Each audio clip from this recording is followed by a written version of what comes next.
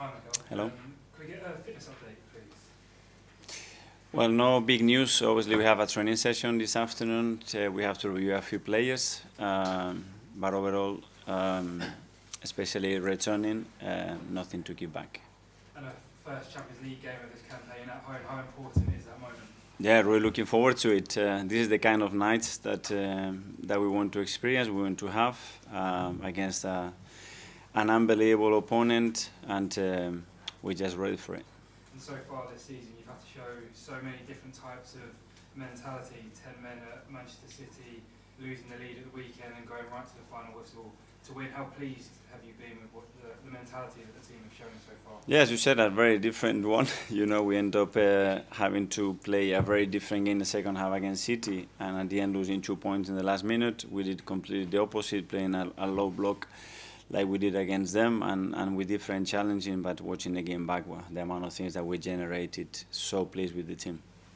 Gail from Sky.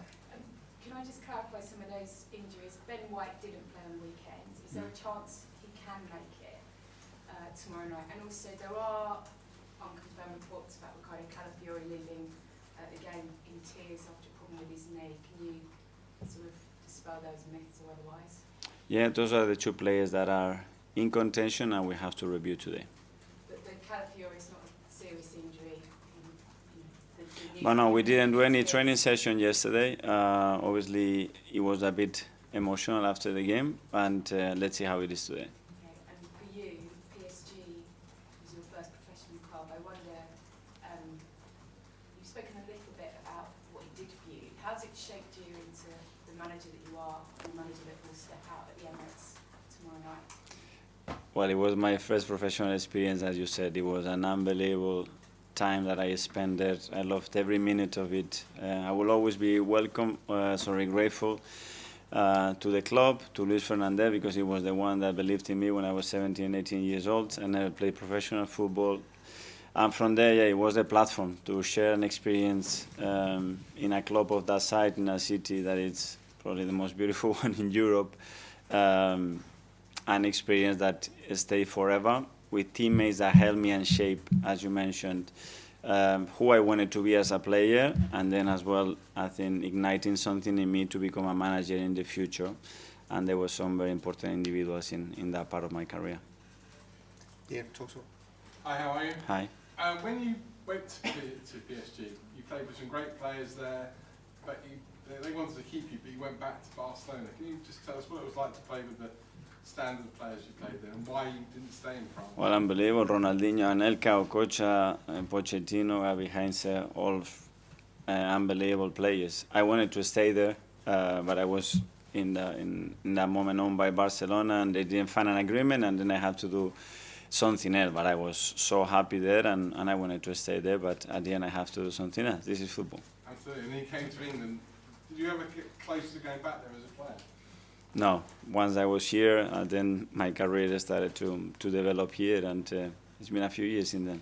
And how important, finally, is it been this season to show that you can win games like on Saturday in the last minute in injury time, or other games where you put them to bed much earlier? How good this season, the different ways you won games? Well, it shapes, I think, the character and the body of the team, you know, that they have the certainty that they can win in any contest, that they can adapt to very different contexts during matches. The Champions League demands that you can pretend to play against this kind of opposition and dominate 95 minutes. It does not happen at this level, so you have to be really good in other phases as well to stay in the game, to be comfortable there, and still have always a belief and intention to win it. Josh? Hi, Mikel. Hi. Last season at home in the group stage, it was 3 wins, 12 goals, none conceded. What is it about Champions League nights at the Emirates that's so special? Well, everybody's looking forward to it. We missed it for a number of years, and last year it was the first one after so many years that we had the experience to do it. The group stage is a bit different this season. The opposition we're going to face tomorrow is probably at the highest level that you can find in European football, but honestly it's a great opportunity for us to see how we deal with that night, how prepared we are, and how we can impose ourselves in this kind of context. Simon? Mikel, can I just ask you what your memories of Luis Enrique were when you were at Barcelona, and did you sort of see then that A smile on my face. Huge admirer of him. An unbelievable personality, you know, huge charisma, huge energy, very supportive with the young players, always. And what I love about him is that whatever he's been as a player or as a manager, his fingerprints are all over the place. You know, you can sense that that's his team. You can see now PSG, that's his team. The way the players behave, the way they want to attack, they want to dominate games, the spirit, the energy that they have. He has this unbelievable power. You know, he's done it in all the clubs that he's been. He did it with Spain, with the national team. And then his approach to life and his profession, something to really look at, and I learned a lot of things of him. I mean, how much did he influence you, particularly in the ways his management teams, like that Barcelona side he had with Messi, Suarez, Neymar? If you looked at that and seen an admiration, something that's... One word is honesty. It's like this, straightforward. He looks in your eyes, he tells you what he thinks, and I think at the end, players appreciate that. You might like it more or less depending on how it happens, by the way everybody talks. And I have 2 or 3 players here, they've been with him in the national team. They always say the same thing, and they all enjoy playing under him, you know. And when somebody can make you feel like that in your profession, that's a big quality to have. Art.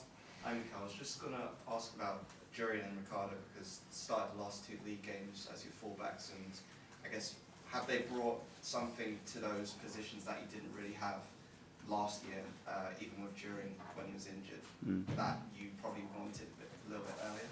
Yes, obviously we missed Jurien 11 months and Ricky wasn't here. There are 2 players that have, first of all, the football brain, the intelligence, the courage, the quality, and the adaptability to you occupy different spaces, both attacking and defending.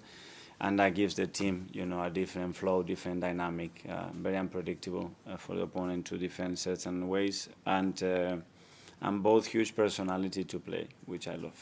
On that unpredictability, is it the fact that all your fullback options have their own little qualities that are different to each other that makes it so good for you as a coach to pick and choose when you use one or the other? Yes, they have to have one in common, that they have to love defending first, because they are defenders, and after that, every quality that we add is great. But as well, playing fullbacks, natural foot, especially when we play inverted attacking midfielders and wingers many times, for the flow of those units is incredibly important, and you could see that the weekend as well.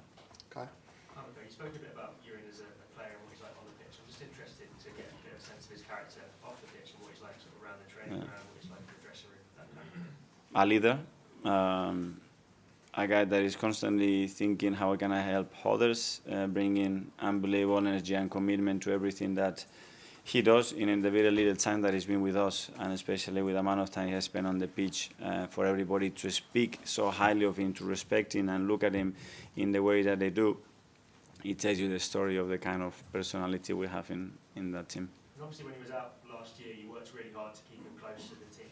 Can you just talk me through that process of keeping him near and keeping him involved, and why you felt that was so important for him? Well, just getting in his shoes, you know. He comes from Ajax, he was the captain there, big move, different country. He comes here with his expectations, he starts really well, and he gets injured on the first game.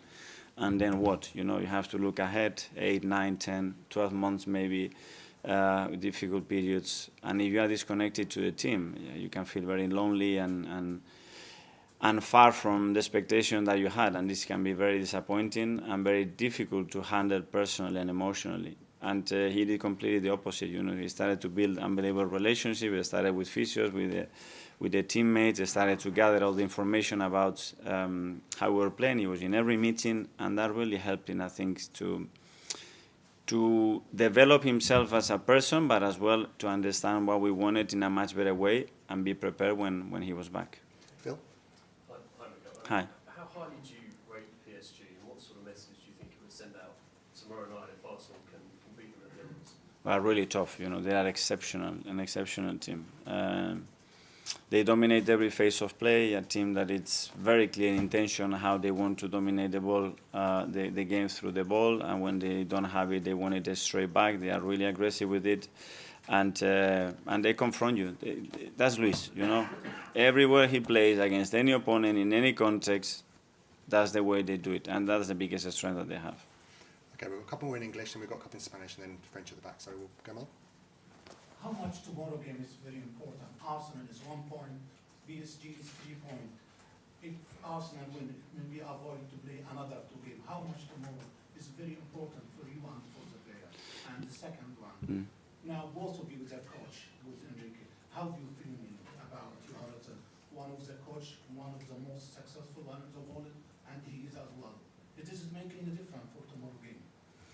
Well, the first question, yeah, of course, we want to win the game, and we know after the draw in Atalanta, with the number of games that we have still, is going to be really important. Nothing is going to be decided, obviously, tomorrow. And regarding Luis and I, yeah, we all both want to do the best for our clubs. Obviously, he's won, I think, every competition that you can imagine already in his career. He has transformed now a club that has a very clear identity under him. And that's a big achievement, the way he's done it personally. So, yeah, a very good test for all of us. Okay, Davide? Hi, Mikel. Hi. Going back to Calafiori, despite independently if he's going to play or not, what have you seen from him so far that has allowed him to play so well? How willing he is. You know, the moment I spoke with him on the phone the first time, he wanted to come here. He understood what we wanted straight away, and he felt that he was going to be a perfect fit here. And he was. He landed, big smile on his face. He's got this energy, this aura around him that is very likable. And then he's a fighter. He's a player that wants to play in the way that we want to play, and he would do anything for the team. So straight away, when you have those qualities, I think a lot of things have to be wrong not to succeed. When he scored at City, he came straight to you and hugged you. Is there a particular relationship between you two? Like with all the players, we try to give them the best possible environment for them, for the families to feel in the best way. I think he appreciates the efforts that the club and every member of the staff has done since his arrival to make his life the best possible way, and I think he's enjoying it. Okay, from French TV, from Arthur, at the back there. Hi, Coach. Hi. We have just learned that Ousmane Dembélé is not in the PSG squad. It's disciplinary issues. Does it change something for you? Yeah, we just got the news before. I don't know if it's true or not. We're going to prepare like we always do with every possibility, and let's see. But obviously they have many other options. You have a very strong group on free kicks. Do you think that's a really good advantage for you tomorrow in this game? I think every team has his own strengths and weaknesses, and tomorrow we will try to exploit ours for sure. Okay, we'll finish the live session with 2 in Spanish. Rodrigo? Hola Mikel, aquí Hola. me gustaría preguntarte en español tu relación especial que tienes con el PSG, que tan importante va a ser el partido de mañana, un club donde empezaste tu carrera como profesional con Ronaldinho, con Heinze, con Pochettino, especial partido para ti mañana, ¿no? Muy especial.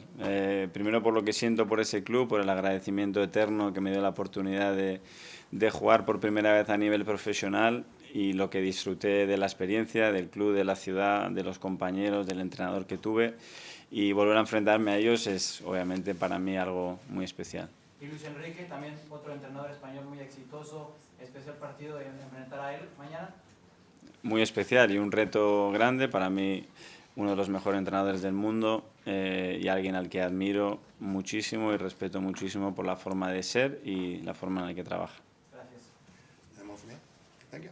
In Spanish? Sí, aquí para TNT Sports Brasil.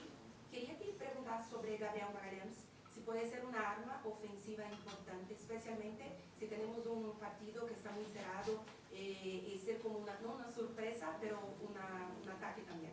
Sí, la verdad que Gavi ha evolucionado de una manera. En la parte defensiva es un arma por la solidez que nos dé, y en ataque porque cada vez que pisa el área se siente el peligro y la amenaza y la confianza que tiene el equipo en él. ¿Y qué te parece el otro Gabriel Jesús? ¿Podemos volver titular o cómo está evolucionando en esta temporada? También bien, empezó muy bien la pretemporada, tuvo una lesión que lo apartó y le paró un poco el ritmo, y ahora ha vuelto, ha jugado 2 partidos de titular ya con Atalanta y Bolton, y ha entrado en otros 2-3 partidos, y eso, que coja su máximo nivel y será un jugador muy importante para nosotros.